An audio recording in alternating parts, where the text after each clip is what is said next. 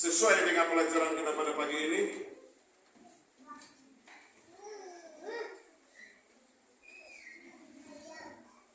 Ya, ada yang stres. Beberapa tahun yang lalu, sebuah universiti perubatan prestis dalam melakukan ujian toleransi mengenai tekanan ataupun stres. Dan mereka ingin mengetahui berapa banyak tekanan stres yang boleh ditangani oleh manusia.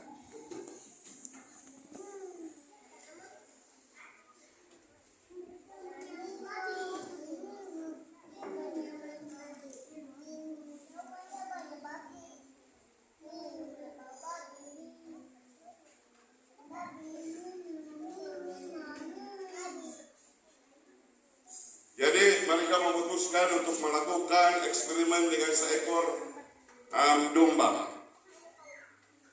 Mereka mengambil seekor domba ini dan memasukkan ke dalam kandang supaya mereka dapat melihat kambing itu. Tetapi domba itu tidak dapat melihat mereka yang di luar kandang tersebut. Dan para penyelidik ini meletakkan 14 stasiun makanan yang berbeda di dalam kandang. Kemudian para penyelidik menyambungkan elektrod ke setiap stasiun makanan itu. Dan apabila domba ini pergi ke stasiun makanan dan mulai makan, para penyelidik akan membuat domba itu terkejut.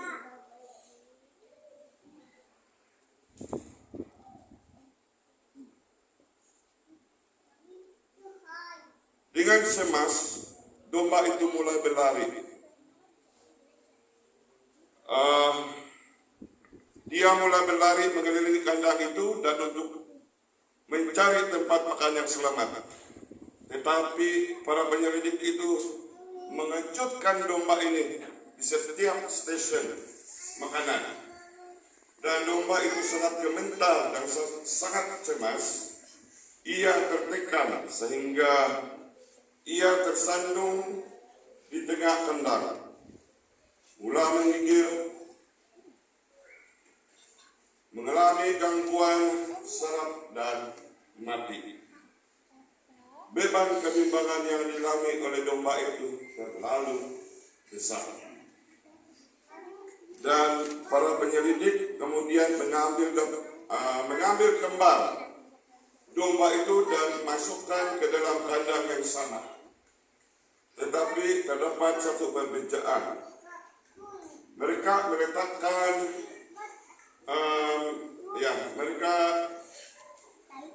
meletakkan ibu domba itu di dalam kandang bersamanya. Dan anak domba kecil itu pergi ke stasiun makanan pertama dan mulai makan. Para penyelidik mengejutkan domba itu. Apa yang Anda pikir anak domba itu lakukan? Anak domba itu mendongak ke arah ibunya dan berkata, "Mbe, mbe." Dan ibu domba itu pun menyahut, "Mbe, mbe." Dan domba kecil itu tidak lari dari stasiun makanan pertama, tetapi dia terus makan. Dan para penyelidik berkata, "Apa yang berlaku di sini?" Mereka mengejutkan anak domba kecil itu lagi, dan anak domba itu mendongak dan berkata, "Mbe, mbe." Dan ibu dia menyahut, "Mbe, mbe." Dan kambing itu terus saja makan. Dan para penyelidik mengejutkan kambing itu lagi. Dan anak domba ini pergi ke mama, dan mama domba membisikkan sesuatu di telinga anak itu. Anak domba itu. Nah, sekarang disinilah penyelidik saintifik mulai hilang arah. Karena mereka tidak dapat pastikan apa yang mama dia cakap kepada anak. Dan anak domba yang kedua ya mempunyai keselamatan, bahwa ada seseorang di sana, seseorang yang mampu menanggung beban. Siapa yang mampu menanggung beban? Ataupun siapa yang mampu menanggung beban kita? Siapa yang boleh menanggung rasa bersalah kita? Siapa yang boleh menangani kerisauan dan kebimbangan kita? Siapa sesungguhnya yang boleh memberi kita keselamatan? Adakah tempat apapun, adakah terdapat tempat berlindung pada masa ribut di dalam hidup kita? Dalam trauma kita, adakah tempat keselamatan yang boleh kita lari untuk meminta pertolongan? Adakah? Kitab Wahyu mendedakan Yesus Kristus dalam segala kemegahannya dan segala keindahannya.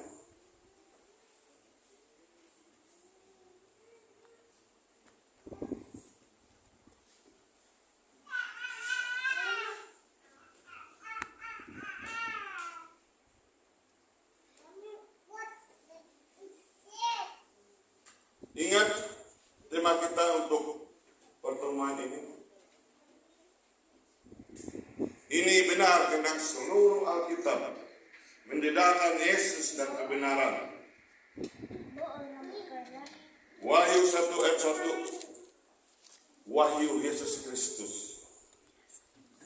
Wahyu 1 ayat 5 mengatakan, dan daripada Yesus Kristus, saksi setia, dialah yang pertama dibangkitkan daripada kalangan orang mati, dan dialah raja kepada sekalian raja dunia.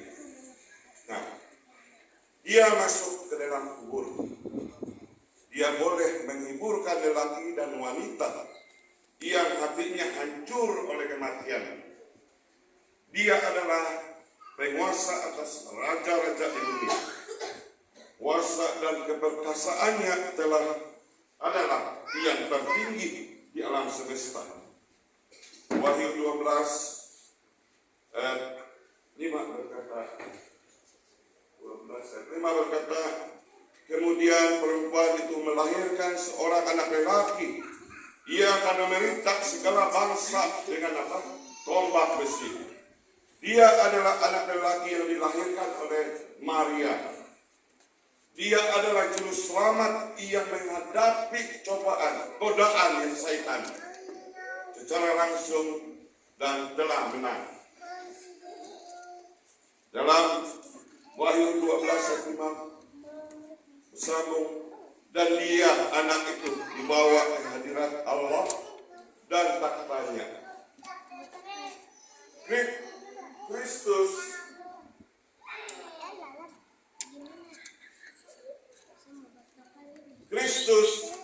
telah naik ke surga dan dia masih hidup untuk memikul beban kita dan melayani keperluan kita. Di dalam pasal 14, Yesus datang untuk tuaian bumi yang sudah masuk.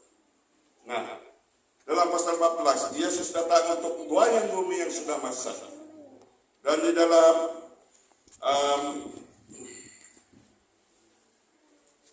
Wahyu 19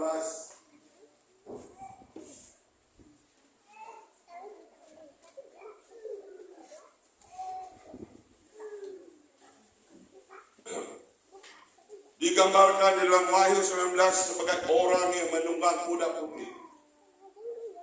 Ia melambangkan penaklukan, kemenangan dan kemenangan. Dialah yang tidak pernah kalah di dalam pertempuran. General yang tidak pernah kalah dalam peperangan. Dialah yang akan mengalahkan syaitan. Dari Wahyu 1 hingga Wahyu 22 terdapat seorang pahlawan dan namanya ialah Yesus Kristus. Tetapi dari semua simbol Kristus dalam Wahyu, Simbol seekor kambing yang mati adalah yang paling menonjol dan paling berharga. Ia ditemui lebih banyak kali daripada yang lain.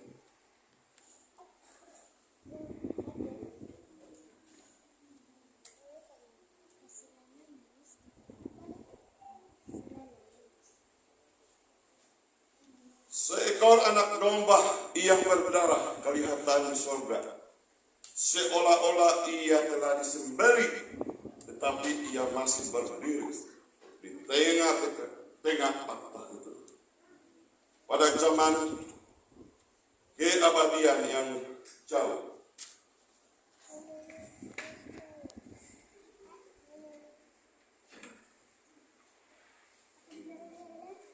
sebelum bumi dibentuk, Bapa dan anak bertemu dalam majlis ilahi untuk perencanaan menyelamatkan manusia yang jatuh.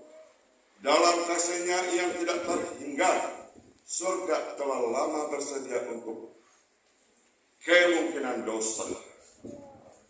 Di dalam Wahyu pasal 12, seekor binatang seperti naga menyerang anak domba dan kemudian berperang dengan pengikut-pengikutnya. Tetapi mereka mengalahkan dia di dalam ayat 11.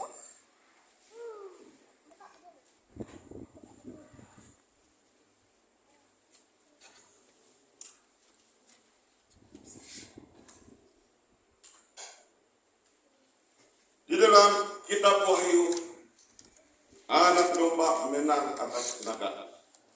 Anak domba mengalahkan semua kuasa yang menyerang dia dan pengikutnya. Anak domba itu menang atas setiap sistem agama palsu. Di dalam Wahyu 17 ayat 14,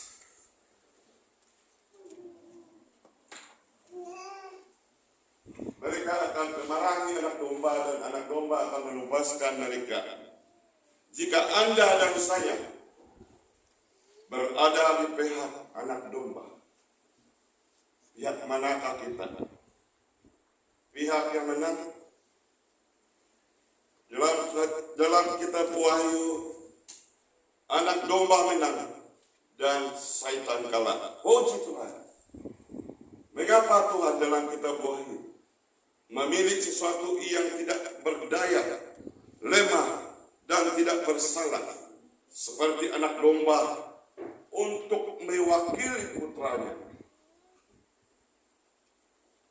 Mari kita kembali dan mengesan simbolisme anak domba melalui Alkitab dan bagaimana simbolisme anak domba ini boleh menyentuh kehidupan Anda hari ini.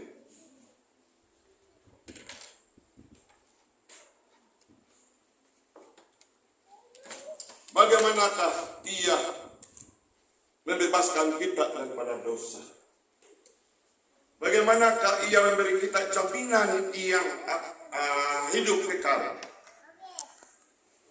Mari kita kembali pada zaman Adam dan Hawa. Adam dan Hawa mengingkari perintah langsung Tuhan untuk tidak memakan buah pohon pengetahuan baik dan jahat. Tidak mematuhi perintah Tuhan itu adalah dosa. Tuhan memberitahu Adam dan Hawa bahwa jika mereka tidak taat dan makan dari pokok itu, mereka akan mati. Seperti di dalam Roma 6 ayat 23 mengatakan, karena upah dosa ialah maut. Ketika Adam dan Hawa berdosa, Tuhan berfirman, kamu mesti membuat korban pengganti, seekor domba yang akan mati menggantikan kamu. Nah, bercakap tentang korban perjanjian lama.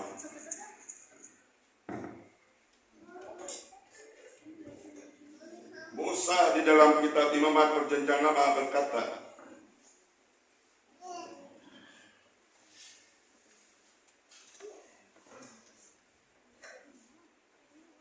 aku telah menentukan agar darah itu dicurahkan bagimu di atas mesbah untuk pendamaian demi nyawa, merupakan nyawa memungkinkan terjadinya perdamaian. Nah, di sini darah mewakili kehidupan. Upah dosa ialah maut. Hukuman bagi pelanggaran akan perintah Tuhan secara langsung ialah kematian. Jadi menumpahkan darah anak domba adalah mewakili pembayaran upah tersebut.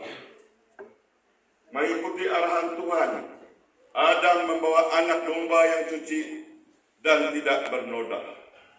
Adam melihat anak domba yang tidak bersalah itu mati dan hatinya hancur.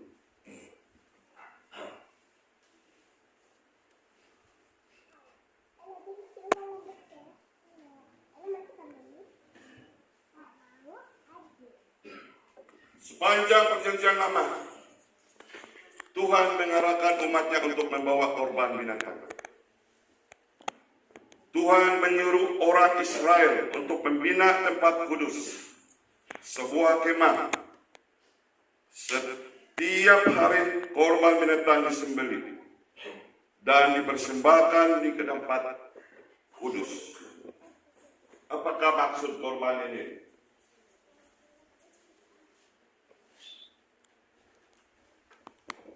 Apakah yang dimaksudkan apabila seseorang pendosa membawa anak dombanya ke tempat kudus?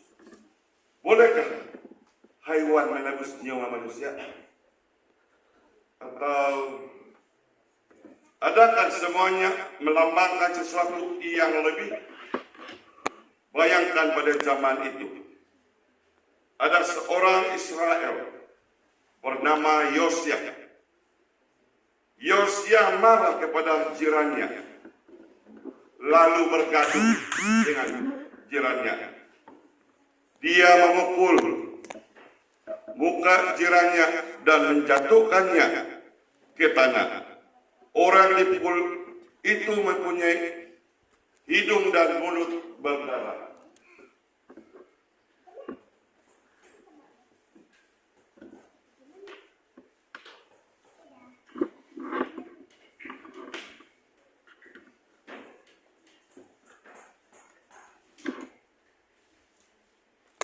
Pada malam itu ketika Yosia datang ke ibadah petang, dia mempunyai perasaan bahwa dia telah berdosa.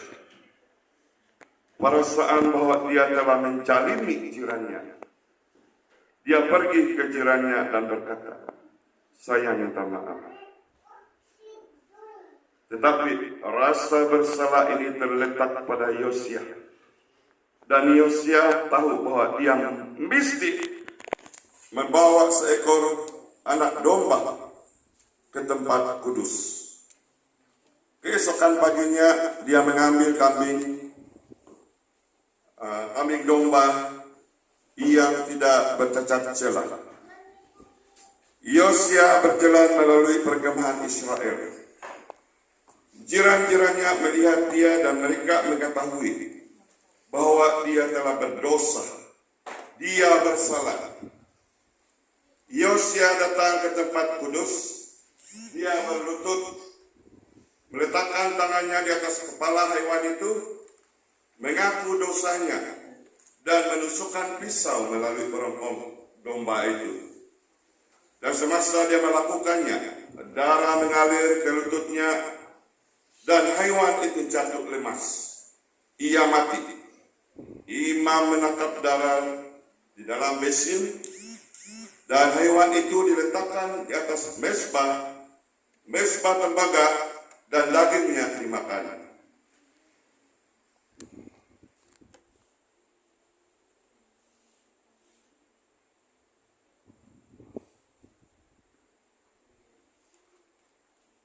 Imam membawa sebagian daripada darah itu ke dalam tempat kudus.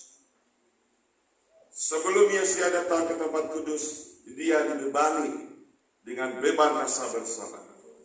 Tetapi apabila dia mengaku dosanya, di atas kepala hewan itu sesuatu yang menakjubkan berlaku. Nah, Alkitab memberitahu kita tentangnya di dalam Imamat 5 ayat 5 hingga 6.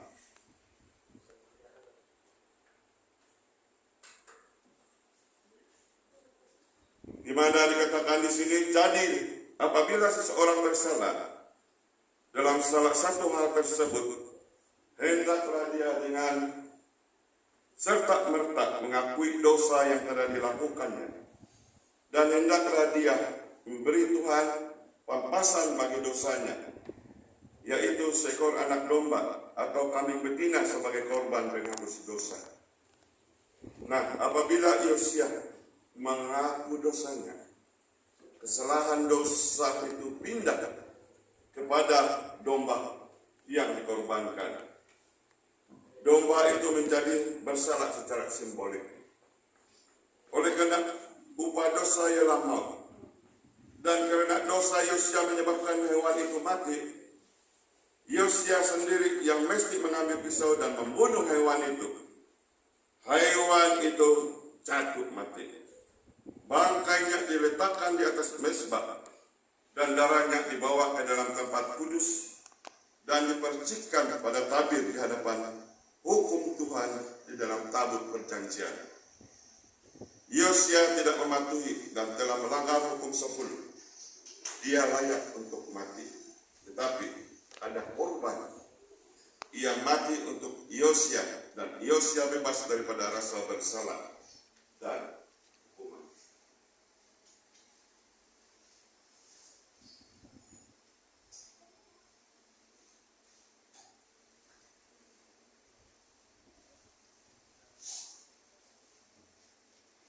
Mengapa Tuhan memerlukan ribuan pengorbanan ini? Adakah binatang itu memberi orang berdosa kehidupan kekal? Atau adakah binatang-binatang itu membersihkan manusia dari dosa-dosa mereka?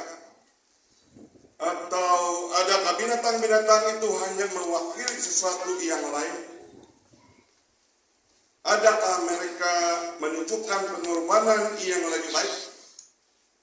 Di dalam kitab Ibrani Perjanjian Baru, kita dapati satu kunci untuk memahami apa yang ditunjukkan oleh pengorbanan ini.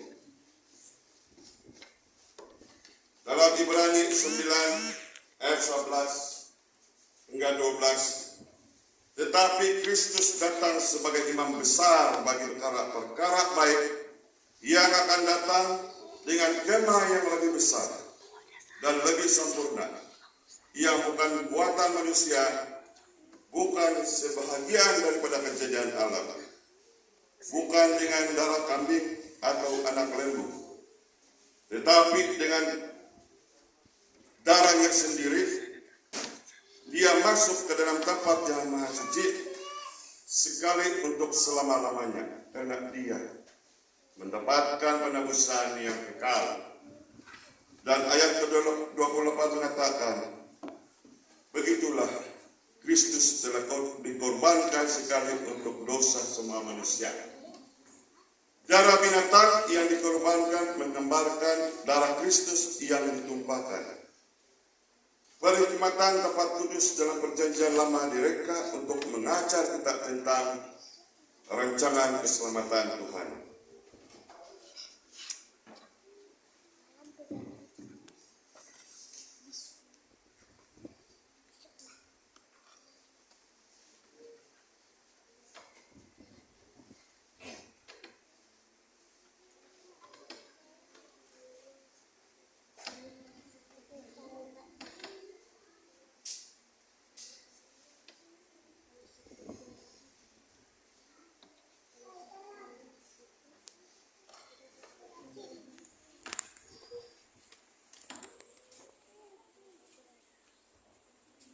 Oh, udah jam deh.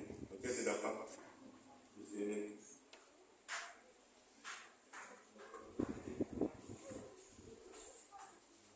Mari kita teruskan. Beberapa tahun yang lalu, seorang wanita berusia 40-an yang menghadiri beberapa seri perjumpaan seperti ini, datang kepada pengkhotbah untuk mendapatkan nasihat. Dia mempunyai perasaan rasa bersalah yang banyak dan tidak. Dia memberitahu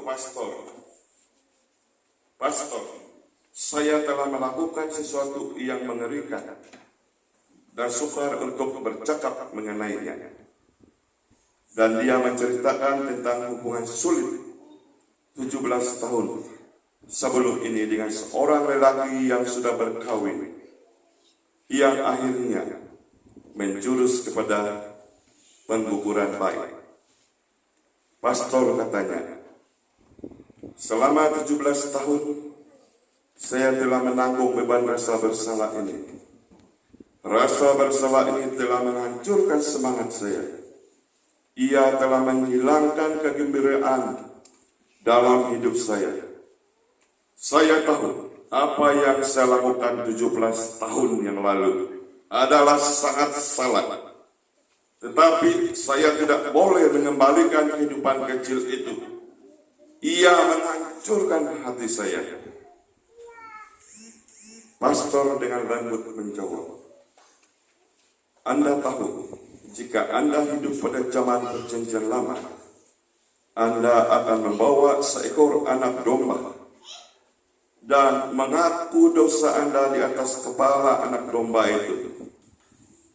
Kesalahan akan dipindahkan kepada anak domba, dan anak domba itu akan mati untuk dosa Anda secara simbolik.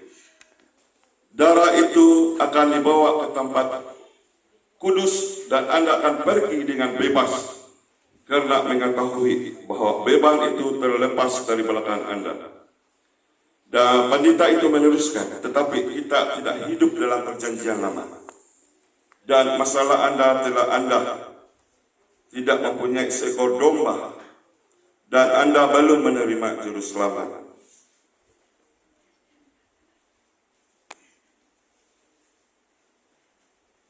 Jika kamu datang dan berlutut di hadapannya, mengakui dosamu, beban itu akan dilepaskan dari bahumu.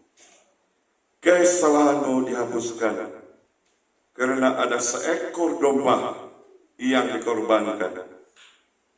Dan setiap anak domba atau korban ditujukan ke hadapan anak domba Tuhan. Melihat kepada anak domba Tuhan, wanita ini mengaku dosanya dalam doa kepada Tuhan dan menerima pengorbanan yang dibuat untuknya dan mendapati pertobatan dan pengampunan. Untuk bebas dari rasa bersalah, kita mesti terlebih dahulu mengakuinya. Seseorang pendosa di dalam perjanjian yang lama tidak akan pernah bebas daripada rasa bersalah, sehingga mereka mengakuinya dengan membawa anak domba mereka. Hanya apabila kita mengakui kesalahan kita dan kemudian pergi di dalam doa, mengakui kepada Tuhan dan jika perlu kepada orang yang telah kita salahkan, barulah kita mendapat pengampunan dan kelegaan daripada rasa bersalah. Kita boleh katakan, ya Tuhan, saya paham bahwa saya telah berdosa kepadamu. Saya sudah hilang sabar. Saya telah menjadi marah. Saya telah dipenuhi dengan nafsu. Saya tidak jujur. Ini nampaknya satu konsep yang sangat asas, tetapi ia sering diabaikan. Sebelum kita boleh bebas daripada ketagihan dan kesakitan yang membuat kita kembali kepada mereka, kita mesti bersedia untuk berhenti menyembunyikan daripada Tuhan. Apabila kita mengakui bahwa kita bersalah, kita perlu mengaku bahwa Tuhan adalah yang telah lakukan.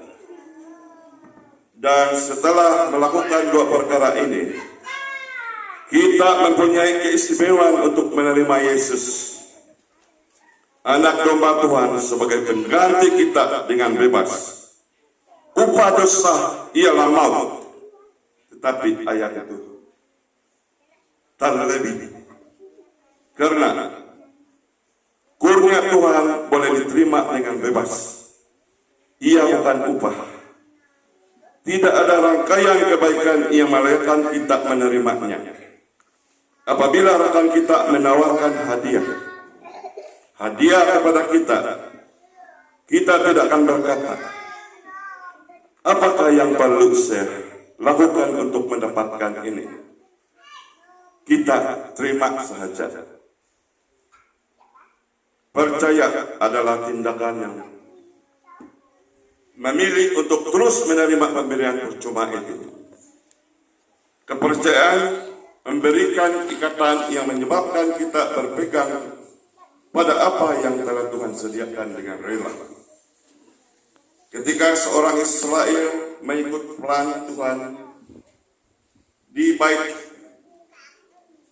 suci sekian lama dahulu, rasa bersalah atas pelanggaran mereka telah disingkirkan dari iman mereka, dan rasa bersalah mereka telah hilang.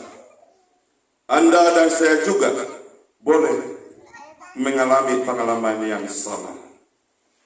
Jika saya datang kepada Yesus dan mengaku dosa saya, beban dan rasa bersalah hilang. Ia akan pergi daripada saya kepada Yesus.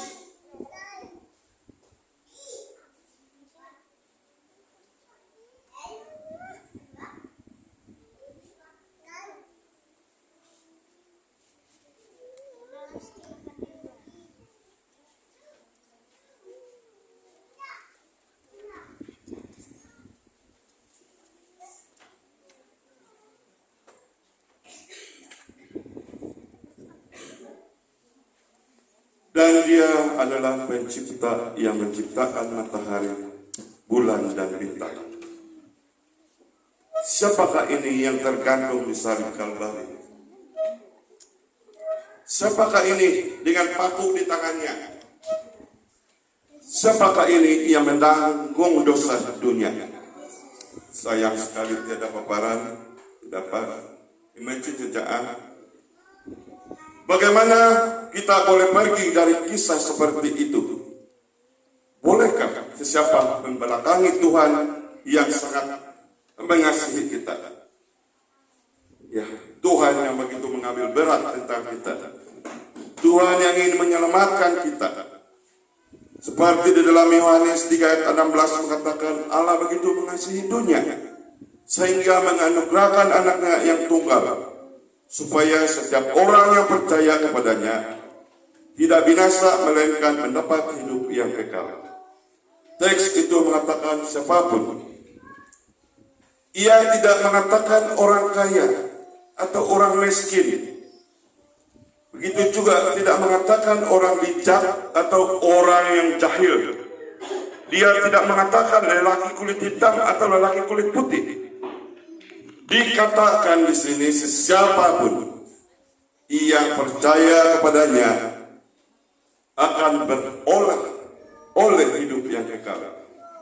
Sama seperti Yesus yang bebas mengampuni kita, ada kalanya Dia menjemput kita untuk bebas mengampuni orang lain. Seperti dalam PSS kita tadi ya, Kristus telah mengampuni kita.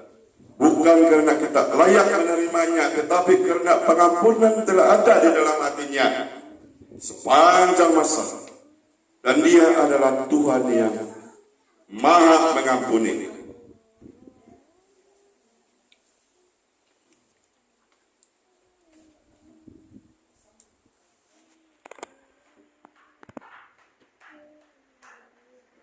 Di sini kita sampai di penghujung sudah.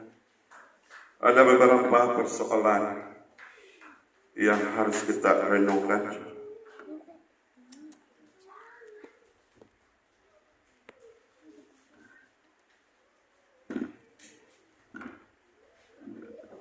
Adakah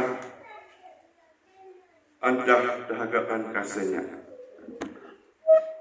Adakah Anda dahagakan pengampunannya dan belas kasihannya? Adakah Anda sangat dahaga sehingga mahukan lebih banyak lagi rahmat-Nya? Adakah Anda telah sampai ke kaki salib, di mana masalah rasa bersalah ini diselesaikan sekali dengan untuk semua? Jika Anda telah datang sebelum ini, mengapa tidak menyerahkan semula hidup Anda kepadanya hari ini? Hidup Anda kepadanya sekali dan telah hanyut. Dia sedang mencari Anda untuk kembali. Dia ingin Anda dan saya kembali. Dia begitu sungguh tanpa Anda. Kedamaian dan kegembiraan boleh menjadi milik Anda. Jika Anda tidak pernah menerima Dia sebelum ini, mengapa tidak melakukannya sekarang? Dia menawarkan kepada Anda kehidupan yang kekal sekarang juga. Dalam Yohanes 6 ayat 37, ayat terakhir kita pada pagi ini, Dia berkata, orang yang datang kepadaku tidak akan kubuang. Nah, Dia tidak akan pernah sekali-kali mengusir Anda. Mengapa tidak berkata, iya Tuhan, saya datang. Kalau ada yang mau mengikut saya,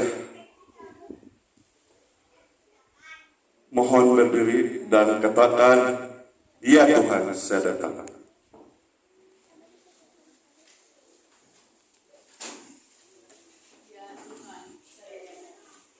Mari kita